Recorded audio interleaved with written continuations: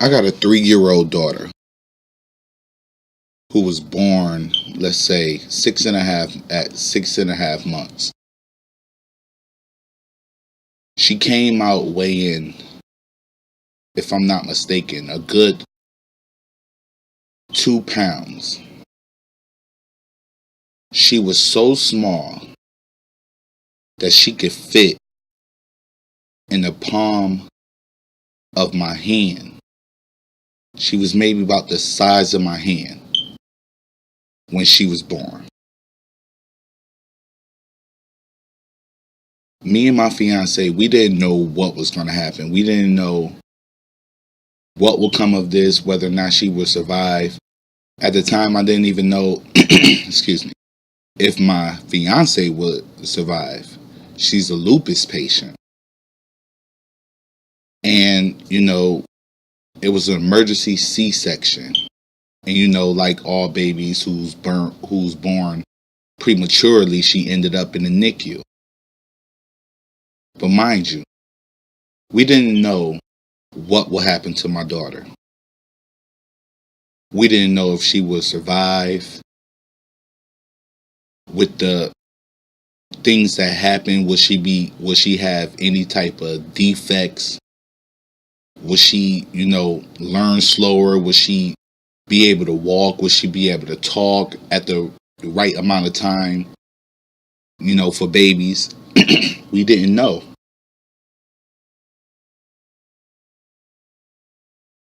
By the grace of the Creator, she made it out. She was supposed to be born mid-April, but she came in January. So up until mid-April, she stayed in the hospital. My wife there every day, with her. I come sometimes also, besides me, working and things like that. But, when we brought her home, by the grace of the Creator, we were afforded certain things because of her being premature and me having to take time off from work to take care of not only her but my fiance also, who was sick at the time. We were afforded certain benefits that helped us financially to be able to take care of our daughter.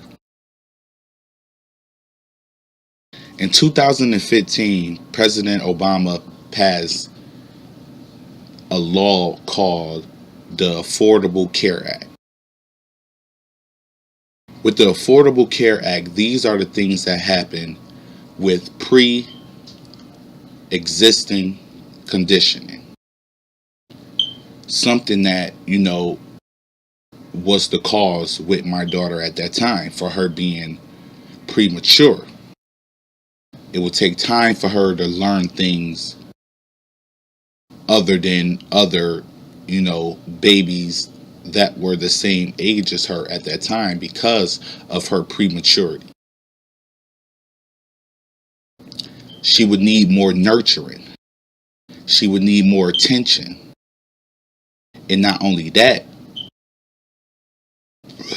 she would need more help, such as physical therapy, to help her with her motor speech and walking and being able to react and do certain things that babies at her age at that time was doing, but she wasn't able to do it at that time because of the defect that happened when she was born.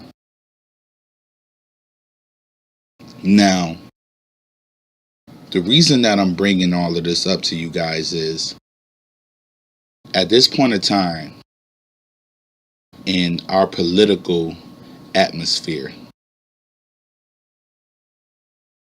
we are at a current stage where the right that me and my fiance had at that point in time to be able to take care of my daughter and my fiance, something that, limited me from being able to work and do the things that I wanted to do at that time to provide.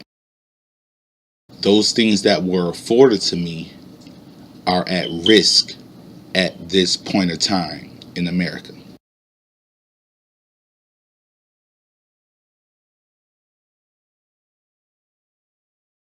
At this point of time, a new law is, trying to get passed, and I'm pretty sure it will get passed, for state officials to skip and choose and pick and choose the people who they want to help with pre-existing condition. That means some of these poor little babies who's born just like my daughter was will not be afforded, and I won't say luxury, but afforded the help that they need to help them strive in this country, to be able to push them forward in life so they can have the same education and the same rights. I wouldn't say rights, but the same mindset as kids who were born on time and didn't have the defects that they have.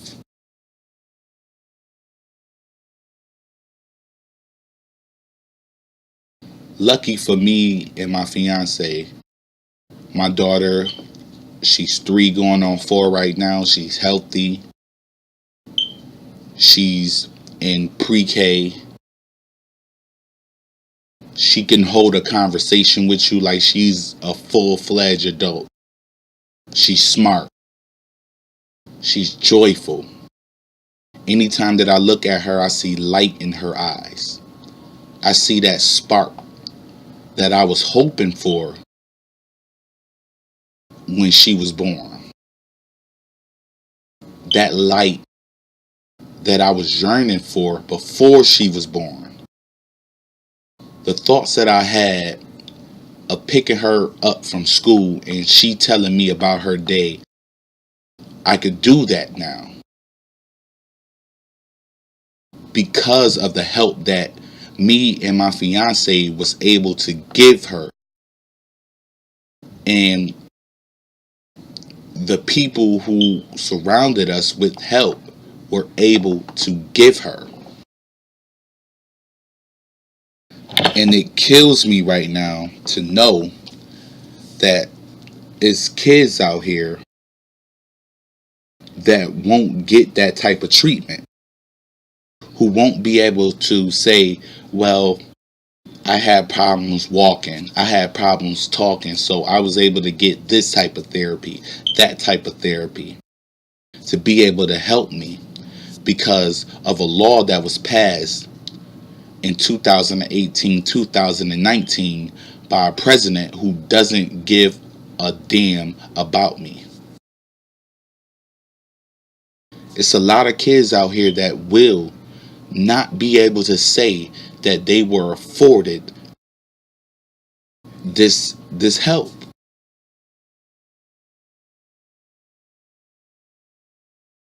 This right here is from the New York Times.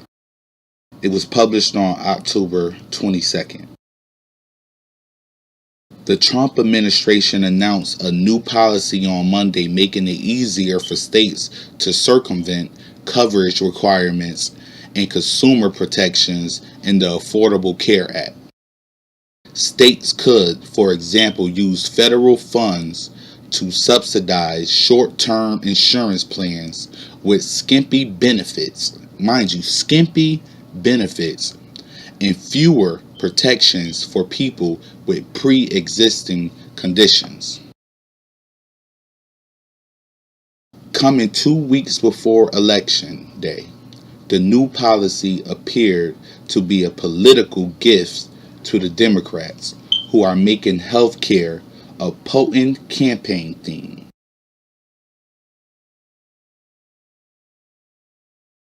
I'm going to skip down a little bit so you can hear this. Seema Verma, the administrator of the Centers for Medicare and Medicaid Services, who devised the policy allowing states more flexibility, said it was necessary to achieve President Trump's goal to make health insurance more affordable by expanding choices, increasing competition, reducing federal regulations, and giving states more power to revamp their health insurance market. She said states had asked for more flexibility. More flexibility for what? To shorthand people? To deny children with pre-existing conditions the proper help that will better them in the future of their life? Do you know how many kids will go without the type of help that will get them far in life? They will stay with disabilities because of this law.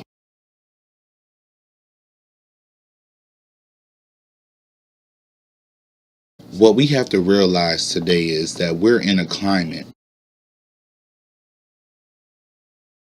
that we're in a state of decay of a country that we call home.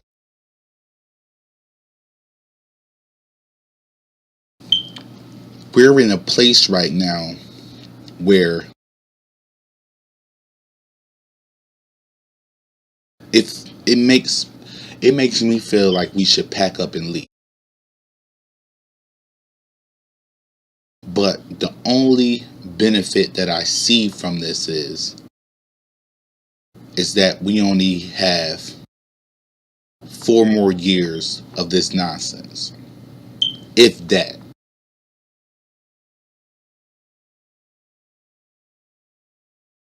The climate that we're in right now is going to ruin our children for years to come. Whoever comes into office after him, they're going to have to, they're going to have to change the laws that this man has put into place. I raised my daughter with the thought of giving everybody a chance before you pass judgment on that person. See who they are. See what they're made of. Now, I'm not going to sit up here and say that I was, an advocate for him getting into office. I'm not going to say that I was an advocate for him not getting into office. I didn't want him in office, but I didn't parade it around.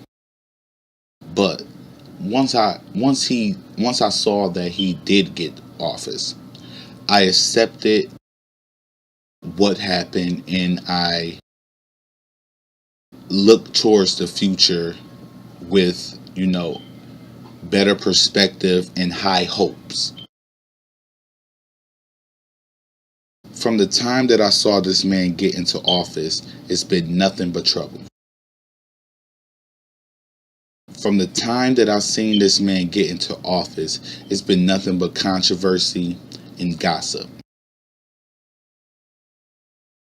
From the time that I've seen this man get into office, it's been nothing but trouble. From the head to the toe, from him to his cabinet, to the people that he elected in positions inside of his office,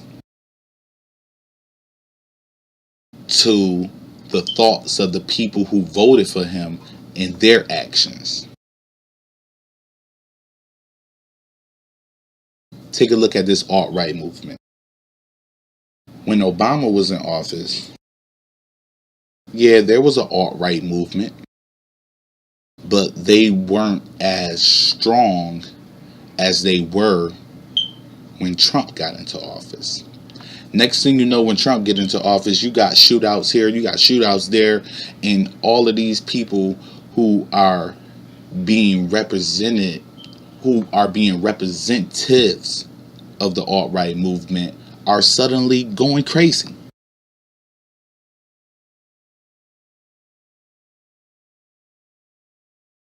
It hurts me to say, but we're down the wrong road, America. We're heading down the wrong path, America. And if we don't band together and do something at this point in time, then everything that we've built and that we've accomplished up until Obama was in office will be for nothing. All of the sacrifices that our forefathers made to make this a country that was visibly the best country in the world will be for nothing. All of our sacrifices will be for nothing. We got to make a change.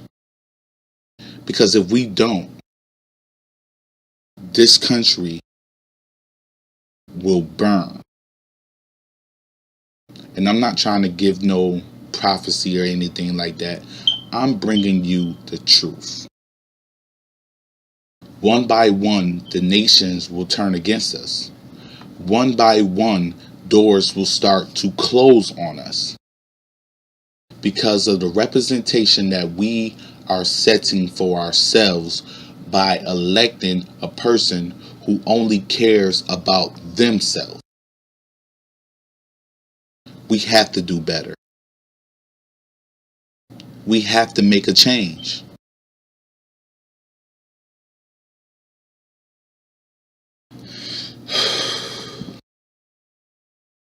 I wish the best for all who are listening to this at this point in time. I wish you and your family the best. Stay tuned for my next broadcast. This is Kenneth Smith,